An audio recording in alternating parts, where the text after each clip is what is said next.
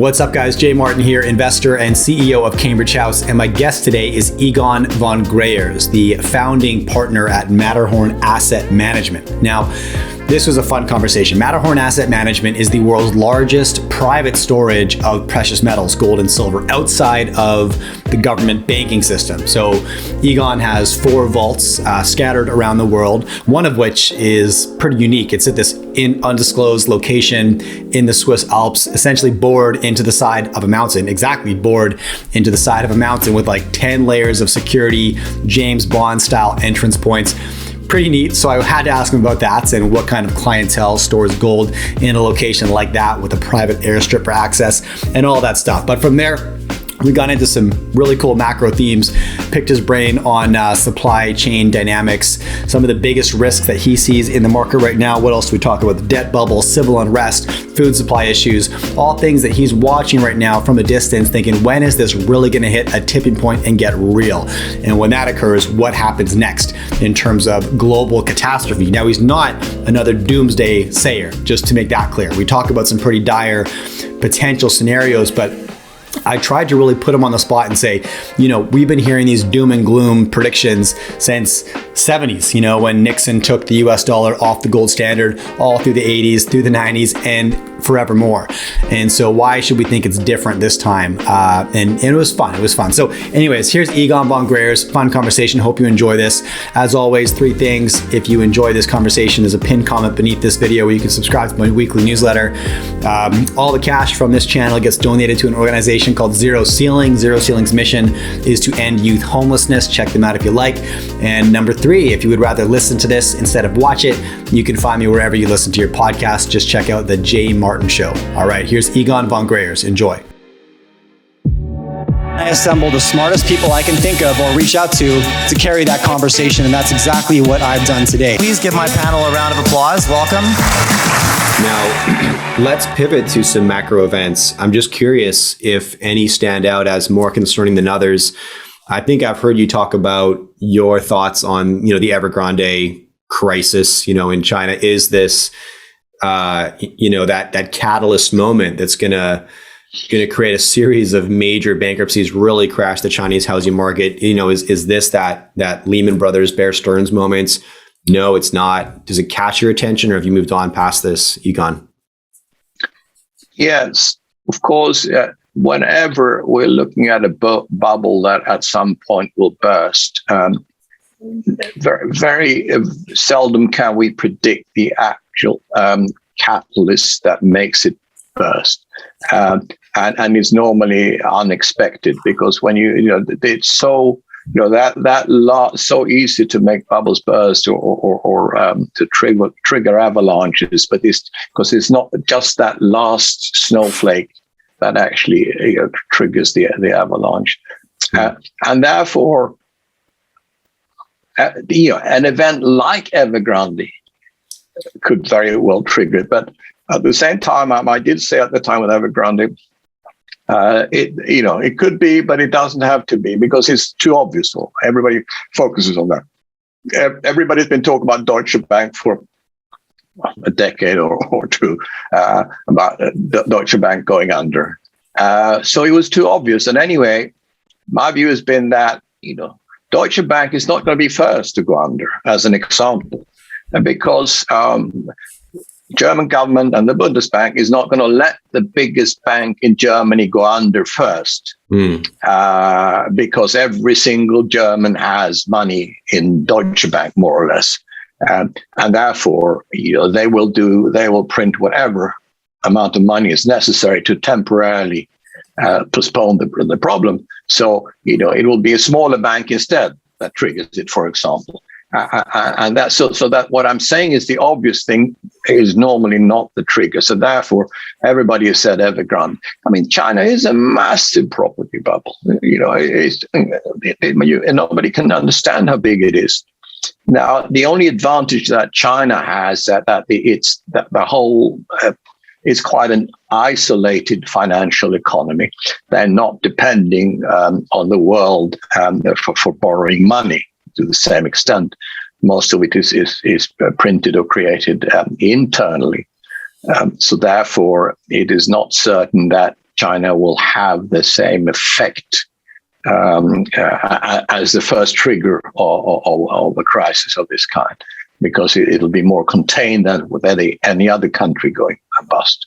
But as I said, it could be an event of that nature, and I mean, in the 30s, it was the Kreditanstalt in Austria that triggered it. It'll be something unforeseen. So therefore, we can sit and speculate what the trigger will be, but to me, it doesn't really matter. I'm really looking at the total risk and the global risk. It will happen, in my view. The risk is or the likelihood of it happening is very high. I think it's extremely high. So therefore, I'm not going to sit and speculate on which one will it be. When should I go short that one or whatever? So I'll be boring here too. I'm not going. But I mean, the risks are everywhere. Risks are that derivatives to me is just there's a risk that nobody focuses on, because everybody's netting off all the derivatives, so that they're saying that the growth level now, they say it's 600 billion. No, 600 trillion. That's what they say. But of course, then the banks then net it off to nothing in the end. But that's not, as I said before, when Counterparty fails, growth risk remains, becomes a net risk also. So I think that to me is a massive problem, because that, as I see that as a part of the debt, really. Derivatives is just another way of creating debt without putting it on the balance sheet of anybody. So I mean, it's really a con, and as we know, every single financial instrument today more or less consists of derivatives. I mean, so many, most funds today, stock market funds, whatever, they're all synthetic. They don't have the real stock or asset. It's a synthetic asset. That's why the bubble is so much greater or bigger than everybody can understand. And therefore, none of us can understand the consequences. We can, I can understand the risk, but the consequences, how it will play out. I mean, that will be mind-boggling. Absolutely. Okay, there's two threads I want to pull on there. The first is you mentioned when Counterparty fails.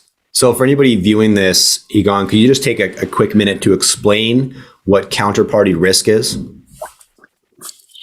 Yeah. Let's first take the simple example of buying and storing gold somewhere. I mean, that's the very simple example. So let's say you always have one counterparty. Now, if you buy gold and hide it at home or hide it in the ground, your home or the ground becomes your counterparty. There's a risk that someone will steal it, or that there'll be an earthquake and it disappears, or your house burns down and you can't find it, etc. So that's a simple counterparty.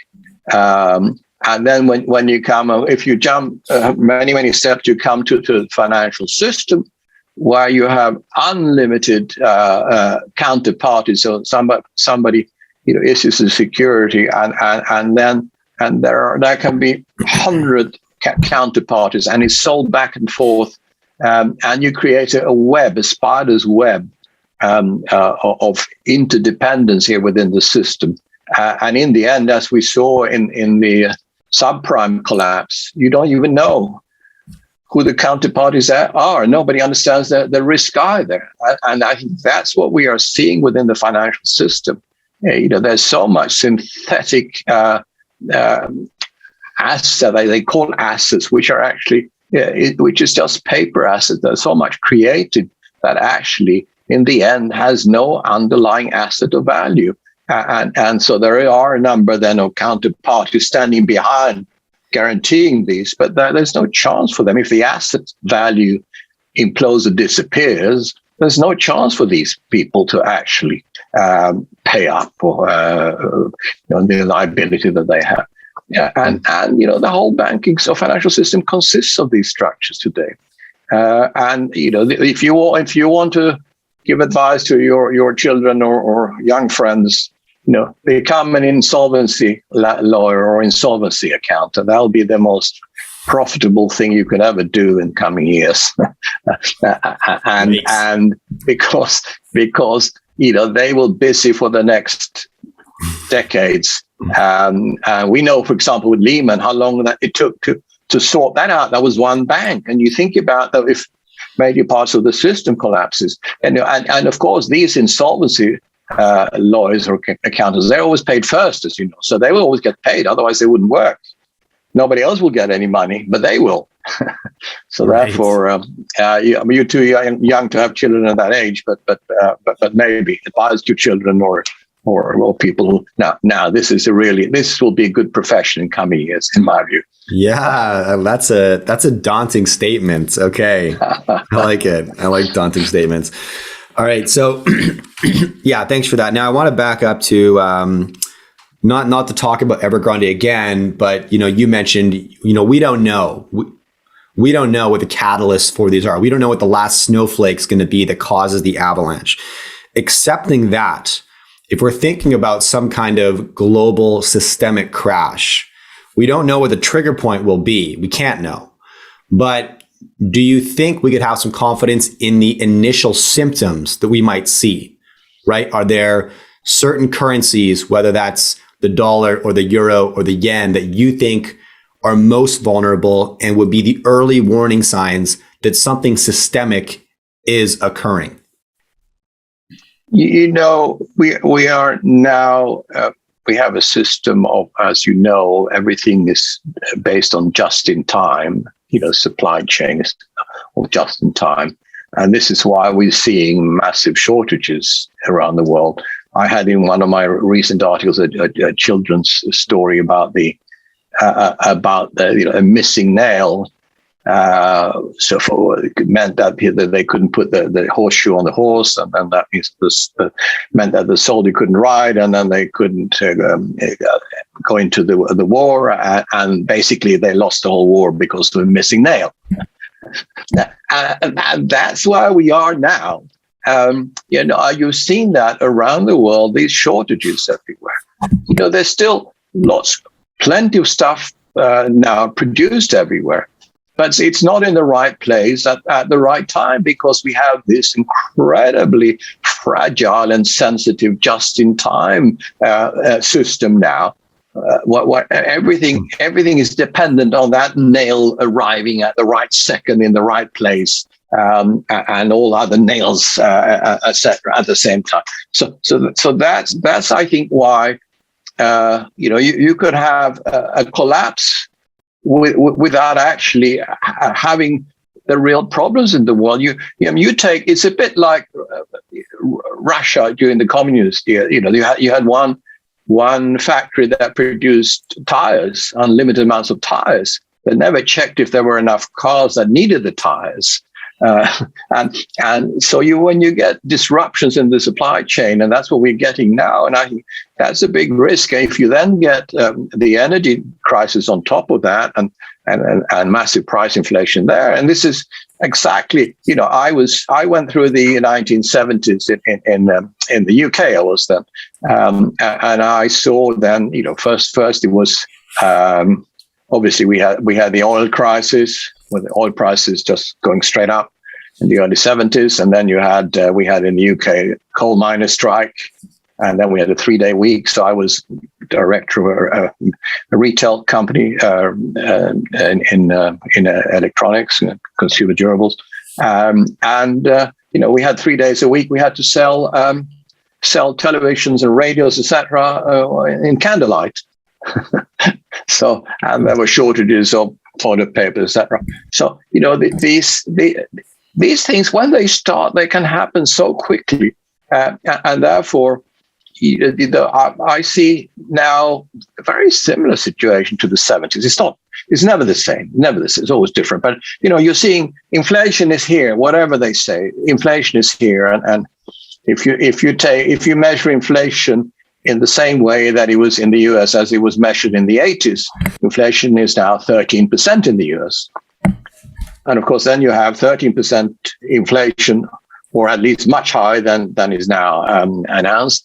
And then you have interest rates down at 0 to 1%. Of course, you have massive negative interest rates here, which is, again, talking about gold, very beneficial for gold, of course. That I said, there are the world is very fragile. But number one is the debt bubble, and remember, nobody can repay this debt. It's all based on the premise that we're going to print more money. But my first mortgage in the UK in 1973-4, I was paying for a while 21%. Right. Who do you think today can pay 21% on their mortgage? Nobody I know. No, exactly. And that's why, you have this incredible now fight between, on the one hand, the Fed says they're going to increase interest rates. Of course, they're not, because they can't. They can't afford to. The whole system cannot afford higher interest rates. And you saw now the Bank of England, everybody thought they were going to increase rates yesterday, and they didn't, and the pound collapsed. You can't. The world is, inflation is going to go higher and higher. We have it. It's not transitory. It's real. It's here. Inflation. I can see it. I've seen it before. At the same time, no central bank can afford to increase interest rates. So therefore, inflation is just going to run away. And that's what I expect. I mean, I've always expected that this will not end, but that we will have that hyperinflationary phase. It would be typical for this kind of economy that we've seen with the deficits and the money printing, etc. The money printing hasn't reflected in the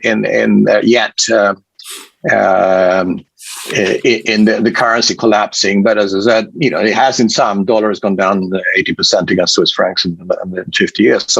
So it is, and even most currencies have lost 80% since 2000 against real money, against gold. So it's happening, but it's now going to accelerate. This phase is going to accelerate, and that's what's going to be. So we are going to see the inflation. It's the inflation combined with the fact that nobody's ever going to repay the debt. Every consumer is borrowing money. I mean, nobody can repay it. Nobody. The banks will have so much bad debt, they will die under the weight of that bad debt. Now, of course, therefore, central banks only have one trick up their sleeve, and that's print more money. That's what we're going to see. I'm absolutely convinced. And then we will get this hyperinflationary period, which normally doesn't last for more than 2-3 years, but thereafter. The only way that I see to clean up the system is not going to be done in an orderly way. It's impossible. You cannot do it. There's no orderly solution to the mess we're in now. And the only way I see it is sadly then an implosion of the financial system as we know it today, which will mean obviously then the phase after the hyperinflationary phase will be a deflationary phase. When all these bubble assets that have been created out of thin air will implode. I think that is the thing that needs to happen. There's real forest fire. Everything will, all the dead wood will disappear and burn up, and then it's from that stage and level we can start a sound system again. So will take a long time and be pretty horrendous. But I think that's what the world needs to go through. Okay, now I have to pull on that thread. I want to go. I want to go a certain direction here. I know we're bumping up against the clock, but we'll go here first. So in this scenario, where we see this implosion of the financial system as we know it, right? The monetary system as we know it. You could think this through and say, okay, how does that occur, and how do the current global superpowers react to that, right? Either with probably some hostility, maybe some ingenuity. I'm not sure. But, do you think about this at all, Egon? There's another group of power players on the table today, and you could call them the virtual sovereign nations. These are the major big tech companies with treasuries that compete with actual countries, with data analysis and competency that supersedes any sovereign nation. So the intelligence they possess, the cash they possess, is competitive with any global superpower. We're talking about the Facebooks and the Twitters and the Amazons and the Googles, of course. Do they begin in the future to play a role in geopolitical power balance more so than just the corporations we know them as today, but eventually being the major influence that generates global power? You have to then go back and understand how have they become so big.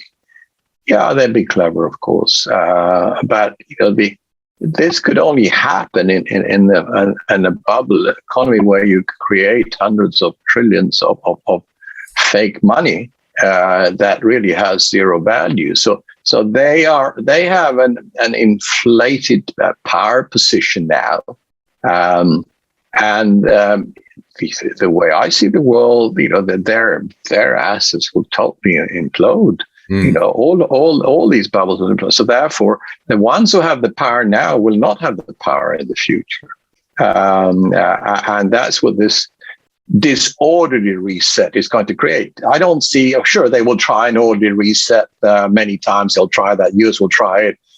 The World Economic Forum is trying at their meetings also to say they basically rule the world. They're not going to do that because some of their power is in the money, and that money will implode. It's not worth anything. And when the real disorderly reset happens, all of this will disappear. All of these bubble assets will just burn down to the ground.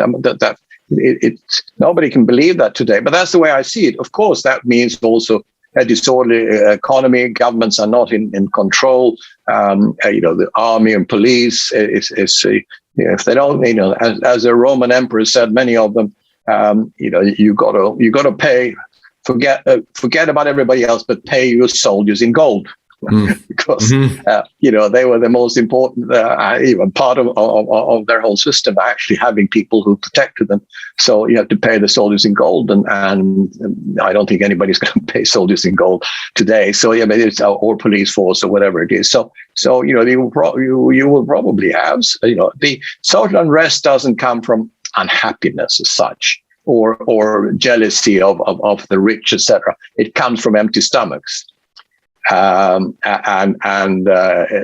in my view, there will be empty stomachs now. There'll be food shortages, and a lot of people will suffer. It'll be horrible suffering, and therefore, that's what. So we will see social unrest also, because and that's one of the dangers of China. And I listened to your Excellence Joel Salenta interview on China, and he's a China bull, and in principle I agree with him. The big danger in China is also that they can't feed these 1.4 billion stomachs. They've done very well so far to grow the country, keep it under control, because they have been able to feed the whole of the population and keep them under control. But if they're all of a sudden there becomes food shortages, then we'll see also China getting social unrest. So these are dangers everywhere, and especially, as I said, if we get this downturn and combined with food shortages, there will be famine in the world, and there will be. I mean, I show a graph often of world population. It's been it got to a billion. It was sideways for thousands of years. It got to a billion in around 1850, 60, and then it just exploded to 7 billion, 7.5 now. And if you look at that curve, from flat line and then straight up, exponential curves of a big sample, they never just go sideways for a while. They always correct. So part of this correction, also all exponential curves, and there are credit markets, stock market, everything is exponential now, money printing, but also people growth. So we will see a correction of the world population, whether that will be disease or just bad economic conditions or war or whatever. I don't know. But just looking at that chart from a technical point of view, it's obvious that we are not going to go to the 10, 15, 20 billion that everybody is talking about. I mean, the growth has been too rapid, and sadly, the world population will come down. Whether it comes down on over a longer period or shorter period, nobody knows. Historians will tell us. And of course, during Black Death in the 1300s, European and probably world population went down by 50%, of course. But that was a different situation. But nevertheless, it's happened before in history. It's happened before. And okay, we're gonna close on that that note. And it may sound like a dark place to close the conversation, but what I want to emphasize is back to like my core purpose behind this channel and all the conversations that I have are to communicate the importance of personal sovereignty and to understand and accept that you're the only person who has your back. And in fact, that's excellent news because it puts you in the driver's seat, right? You're the only one in control, right? As soon as you point the finger and say, oh, my life is like this because of that person or that organization, you're giving away your power, right? And you're putting them in control of you and your future. And you should never do that. So, that's really why I wanted to have you on the show, because you get at one of the core, I believe, one of the core methods and a great starting place for anybody who wants to retain some personal power and personal sovereignty. And that's the most tried and tested asset that mankind has ever known. In whatever proportion you want to own it, own some physical gold, and start there. Anyways, Egon, this was super fun. I'm really glad I had you on the show. Thoroughly enjoyed the conversation, and I appreciate your time. Thanks, Jay. Can I just add that, we've talked about money and asset markets. That's not the most important thing in life. What I'm trying to say is put your financial position in order as much as you can at whatever level. You don't have to have a ton of gold. You can have a gram of gold or a small ounce of gold or silver. But, the most important things in life are family, friends, helping other people. That's what it's all about. I mean, in bad times, even more so. So, that's what you've got to actually think about, for the coming years and build up a small group of people that you can all help each other. And then, of course, so many good things in life are free. Nature is free. The music is free, and books are free, more or less, etc. So they're money. So and just being with people is free also. So therefore, what I'm saying is, we all do in our professions. You and I, we focus so much on the money side, but there are so many more important things. And I think that the testing times we will have in coming years, I mean, they will actually be very good for that side of human nature. And I think very important. You just saved it. Now we're finishing on a high note. I love it. Yeah, exactly. But what an important core message. Yeah. Thank you for that. Thank you for bringing it back and sharing that perspective. I thoroughly appreciate that. All right. Thanks again. Thanks, Jay. Enjoy talking to you. Thanks.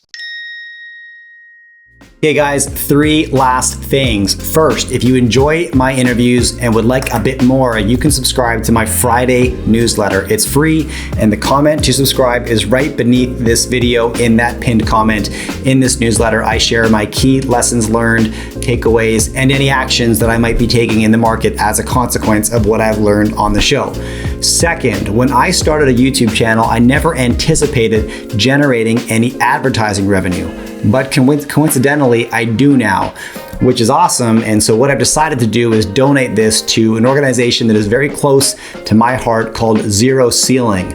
Their mission is to end youth homelessness. The way they do this is by providing young people experiencing homelessness with supportive housing, employment, professional support, life skills, and outdoor adventure. Because often young people in urban centers with no resources will never get the opportunity to experience wild places, nature that can be so transformational, and absolutely was for me. Third, If you prefer to listen to my content, you can now find us wherever you listen to podcasts. Just search for The Jay Martin Show.